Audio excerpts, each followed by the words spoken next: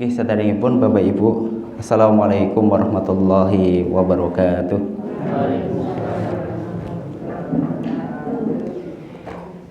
Innal hamdalillah nahmaduhu wa nasta'inuhu wa nastaghfiruh wa nastahdihi wa na'udzu billahi min syururi anfusina wa min sayyiati a'malina.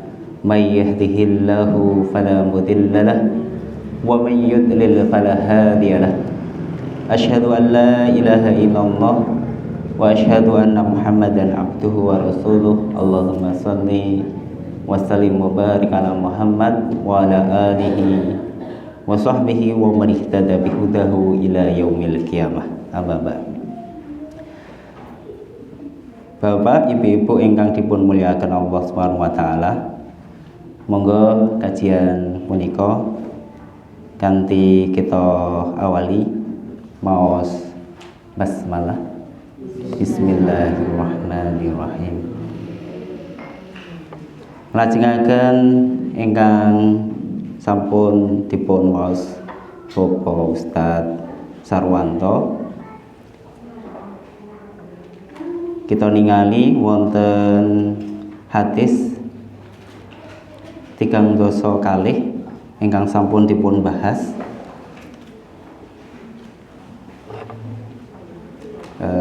halaman 319.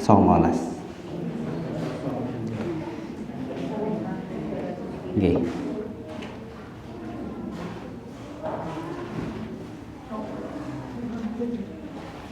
Kita tingali malih hadis 3 kalih sahih li ghairihi saking Ibnu Abbas. Nggih. Ngulangi rumiyin nggih 300 kalih. Halaman 319.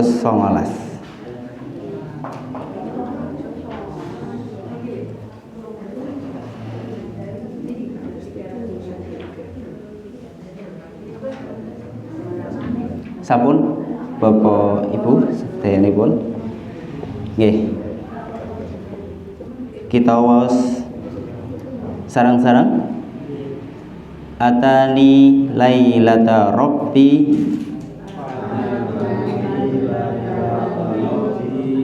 wa takarul haditha ila an qala li ya Muhammad atata'ri fima yahtasimul mala'ul a'la. Qultu na'am fi darajati wal kafarati wa nahli ahdami ilal jama'ati wa isbaghil wudu'i fi sabarati wa intidhari salat kazawmi ba'da salati wa man khafadha alaihina asha bi khairin wa mata bi khairin wa kana min dunubihi kayaumi waladatuhu ummuhu. Hadis menika dari Ibnu Abbas ingkang sampun dipun terangaken Bapak Sarwanto sadelengipun bilih ingkang pun dipun jelasaken kula nyambungaken wonten surat Al-Imran Bapak Ibu sedayanipun.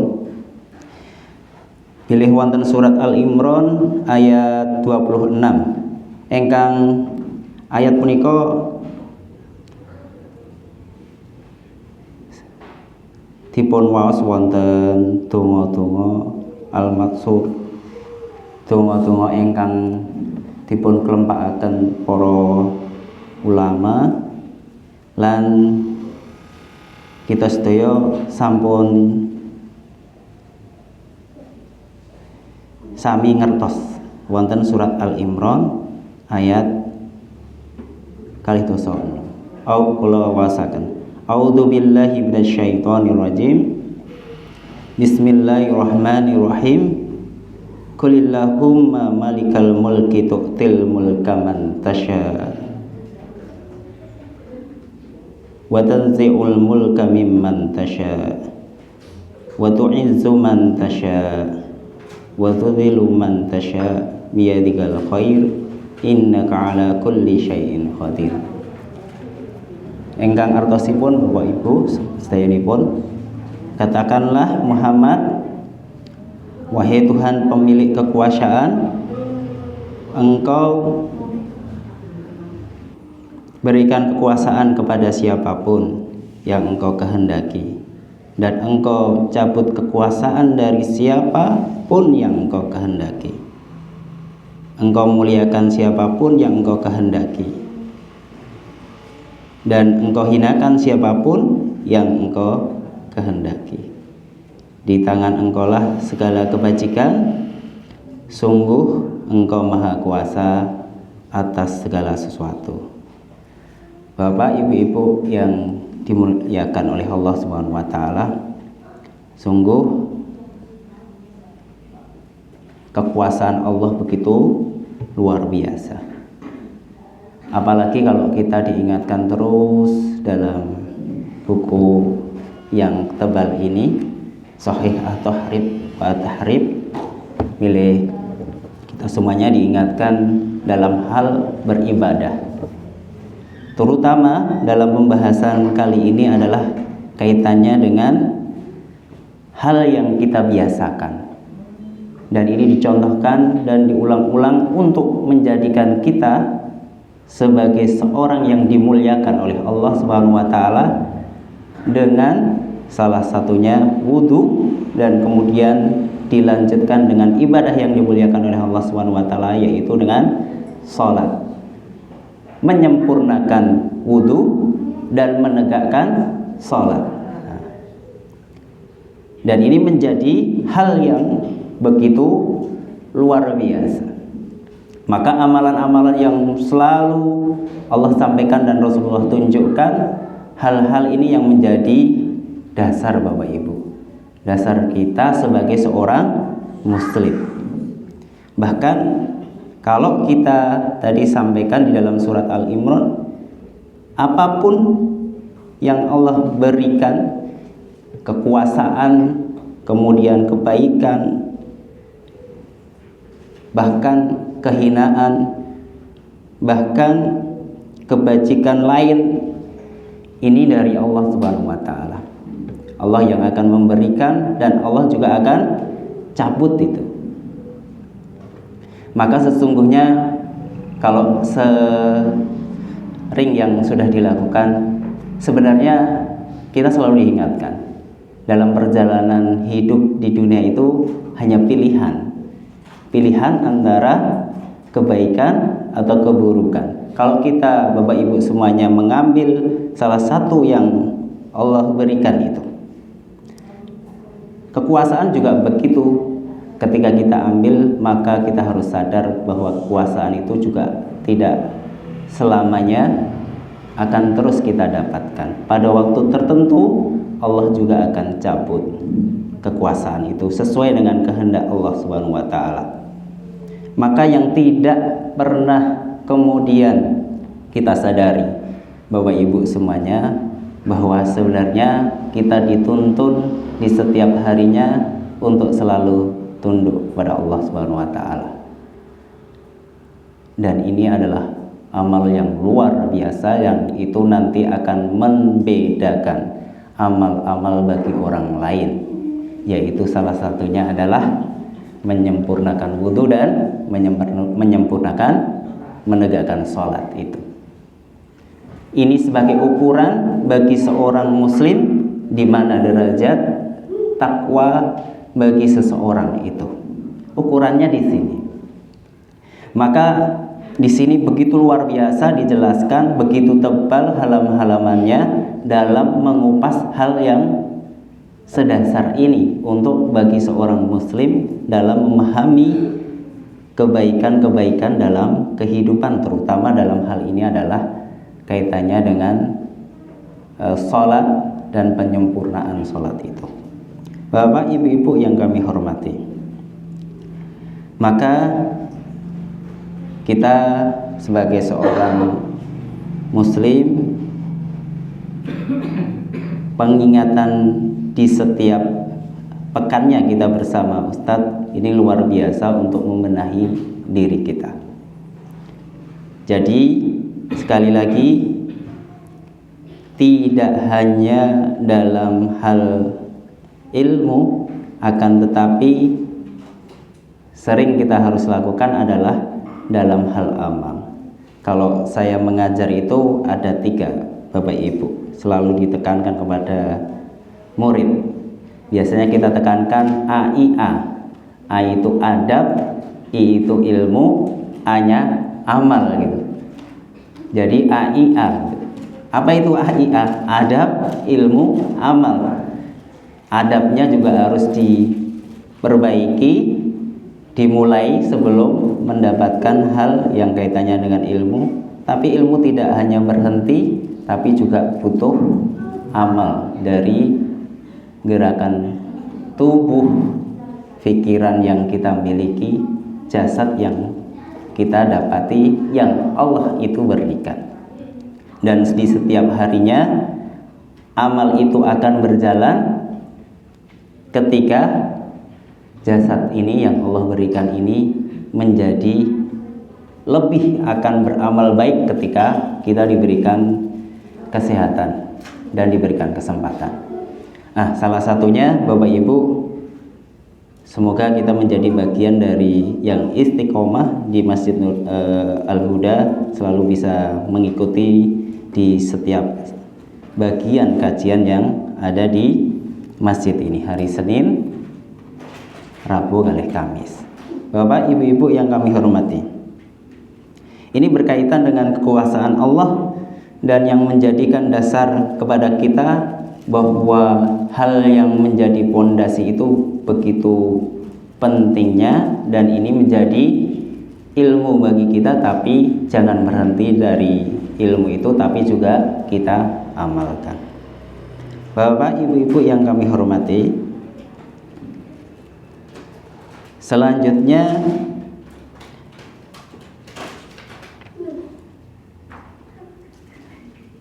kalau kita diingatkan Bapak Ibu di surat Al-Baqarah ayat 165, ini kaitannya dengan salah satu kecintaan kita kepada Allah Subhanahu wa Ta'ala. Ada hubungannya apa dengan yang seperti ini? Bahwa satu bukti kecintaan kita kepada Allah Subhanahu wa Ta'ala adalah, salah satunya adalah mendekatkan diri kita kepada Allah. Caranya dengan apa? Dengan ya ini, salah satunya adalah sholat gitu. Ada hal yang perlu kita sampaikan di dalam surat Al-Baqarah ayat 165. A'udzu billahi minasyaitonir rajim. Bismillahirrahmanirrahim. Monggo kalau bisa membuka, bisa dibuka di Al-Baqarah ayat 165. Nggih. Wa minan nasi may yatahidu min dunillahi andadai yuhibbunahum kahubbillah walladzina amanu asyaddu hubbilillah walau yara ladzina zalamu idza yarawna adab anal quwwata lillahi jami'an wa anallaha syadidul adzab. Bapak ibu-ibu yang kami hormati, dan di antara manusia ada orang yang menyembah Tuhan selain Allah sebagai tandingan, yang mereka cintai seperti mencintai Allah. Adapun orang-orang yang beriman sangat besar cintanya kepada Allah. Sekiranya orang-orang yang berbuat zalim itu melihat, ketika mereka melihat azab pada hari kiamat, bahwa kekuatan semuanya milik Allah dan bahwa Allah sangat berat azabnya, niscaya mereka menyesal. Bapak, ibu-ibu yang kami hormati, ini yang sudah disampaikan oleh Allah Subhanahu wa taala, bahwa pilihan kehidupan di dunia ini ada yang kemudian kecintaan manusia itu bahkan kemudian melebihi apa yang sebenarnya digariskan oleh Allah Subhanahu wa taala. Dia kemudian melaksanakan bagian-bagian dari peribadatan yang kemudian itu jauh dari peribadatan-peribadatan yang menyembah kepada Allah Subhanahu wa taala. Membuat sesembahan-sembahan yang itu menjadi tandingan-tandingan untuk menyembah selain Allah Subhanahu wa taala. Nah, yang kemudian bahwa seorang muslim itu begitu luar biasa dalam hal mencintai Allah, maka dengan hal-hal yang sekecil apapun itu menjadi perhatian untuk kemudian menjadi amal baik bagi seorang muslim. Maka dalam pembelajaran sebelum-sebelumnya, segala sesuatu yang kecil di dalam pembelajaran kita di kitab-kitab yang halaman-halaman sebelumnya itu ada penjelasannya di sini. Yang dijelaskan, yang sesederhana itu dalam rangka kemudian betapa cintanya seorang muslim kepada Allah Subhanahu wa taala, maka hal-hal yang kecil yang sudah disampaikan oleh Allah dan menjadi keteladanan dari Rasulullah SAW itu kemudian dilakukan sebagai amal. Itu menjadi kebaikan bagi seorang muslim.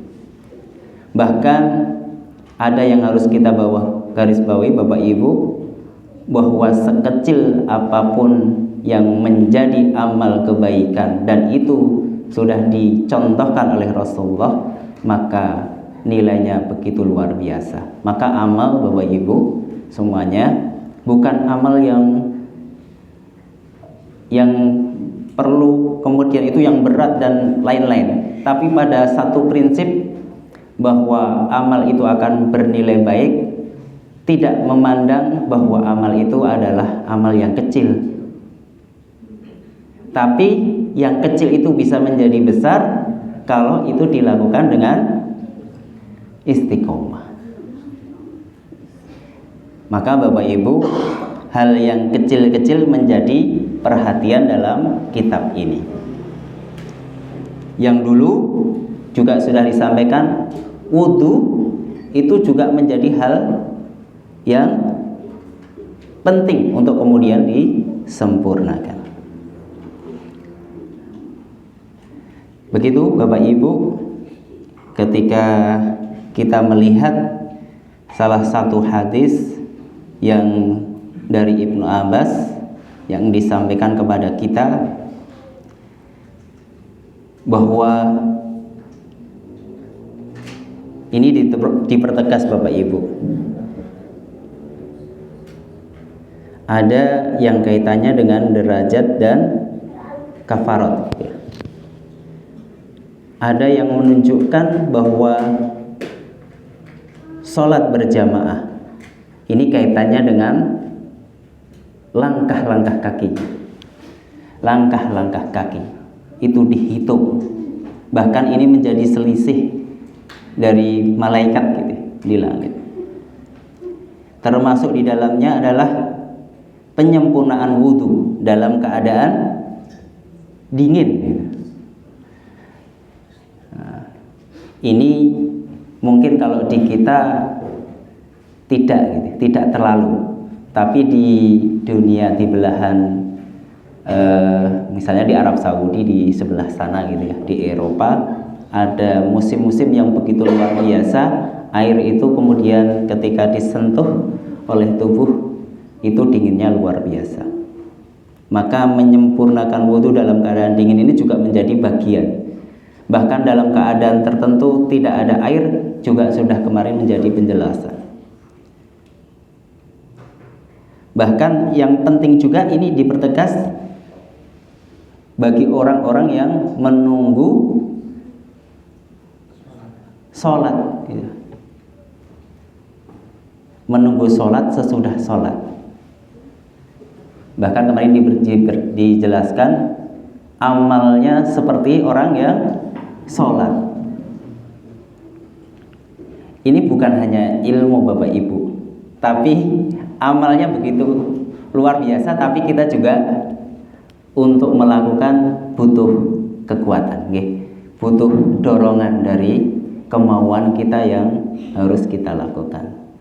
Kalau kemarin sudah disampaikan minimal di sini ada kegiatan yang membuat kegiatan ini yang kemudian juga memaksa Bapak Ibu semuanya jamaah masjid ada di hari Senin ini dan di hari Rabu dan hari Kamis itu ada waktu dari sholat ke sholat kita menunggu sambil mencari ilmu. Ini suatu luar biasa. Bapak Ibu-ibu yang kami hormati, yang kaitannya dengan ketundukan kita kepada Allah Subhanahu wa taala juga diingatkan dan kita juga sering membacanya. Bahkan kita hafal di dalam surat Al-An'am ayat 162 Bapak Ibu. Qul inna sholati wa nusuki wa mahyaya wa mamati lillahi rabbil alamin. Katakanlah Muhammad, sesungguhnya salatku, ibadahku, hidupku dan matiku hanyalah untuk Allah, Tuhan seluruh alam. Salat sekali lagi ini menjadi ukuran Bapak Ibu semuanya. Dan ukuran salat ini kemudian ada lanjutannya Bapak Ibu tadi ya. Hanya untuk Allah Subhanahu wa taala. Ini kaitannya dengan niat.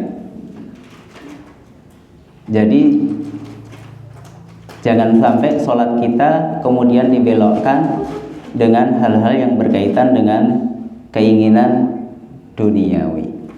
Akan tetapi jadikanlah sholat kita itu sebagai kebaikan-kebaikan yang kemudian Allah ridhoi. Tentang kebaikan-kebaikan di dunia itu adalah sekali lagi menjadi kehendak Allah Subhanahu wa taala dan menjadi tambahan bagi kehidupan kita semuanya di dunia ini dan akan menjadi kebaikan di akhirat kemudian.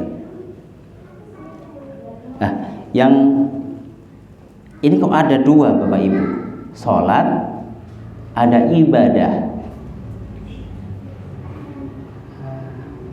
Jadi sesungguhnya sholatku, ibadahku, hidupku dan matiku.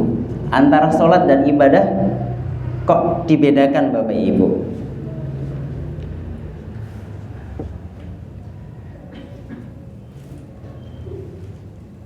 Nah, ini yang kemudian ada yang menjadi wajib, ada yang menjadi sunnah.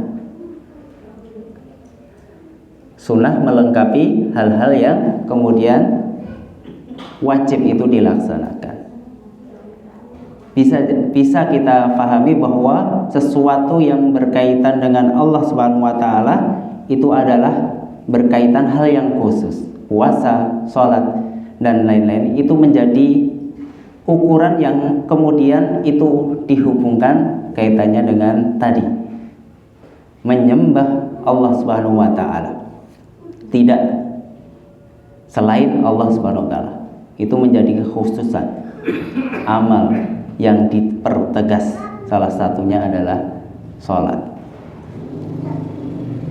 Ibadah dalam hal ini menjadi rangkaian kehidupan yang ada di dunia, ataupun yang kemudian ini menjadi bagian juga di dalam hal-hal yang berkaitan dengan akhirat.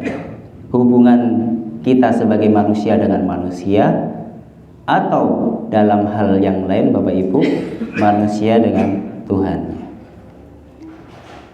Dan yang paling penting yang menjadi dasar kehidupan kita adalah tentang tujuan akhir Bapak Ibu semuanya. Tentang mati. Ini yang biasa terlewat. Manusia cenderung lalai bahwa dalam kehidupan itu pasti ada kematian. Maka bagi orang yang selalu ingat, bagi seorang muslim ini yang menjadi harus kemudian disambungkan. Bukan selamanya kita hidup, tapi pada waktu tertentu kita akan mengalami kematian. Dan kematian itu sudah pasti, waktu, tanggal, dan itu sudah ditentukan. Hanya saja pilihan kita adalah kita akan membawa apa dalam hal menuju kematian.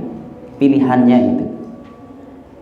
Dan salah satu yang diniatkan bagi kita adalah kaitannya dengan mati itu butuh. Butuh apa Bapak Ibu? Butuh sangu. Betul, butuh sangu. Tetapi yang butuh ini adalah nyantolnya tadi Bu. Janji kita bagi seorang yang hidup, mencantolkan mati kita itu bukan untuk yang lain, tapi untuk Allah Subhanahu wa ta'ala. Itu diniatkan dari kita sedini mungkin untuk menyambungkan kepada Allah Subhanahu wa ta'ala sebagai Tuhan seluruh alam. Begitu Bapak Ibu, sebagai tambahan dari salah satu hadis yang sudah dikupas oleh Ustadz Sarwanto dari Ibnu Abbas tentang kaitannya dengan sholat, wudhu dan lain-lain. Semoga bisa menambahkan dan menjadikan kebaikan buat kita semuanya. Bila ada salahnya mohon maaf. Bila taufik wal hidayah. Assalamualaikum warahmatullahi wabarakatuh.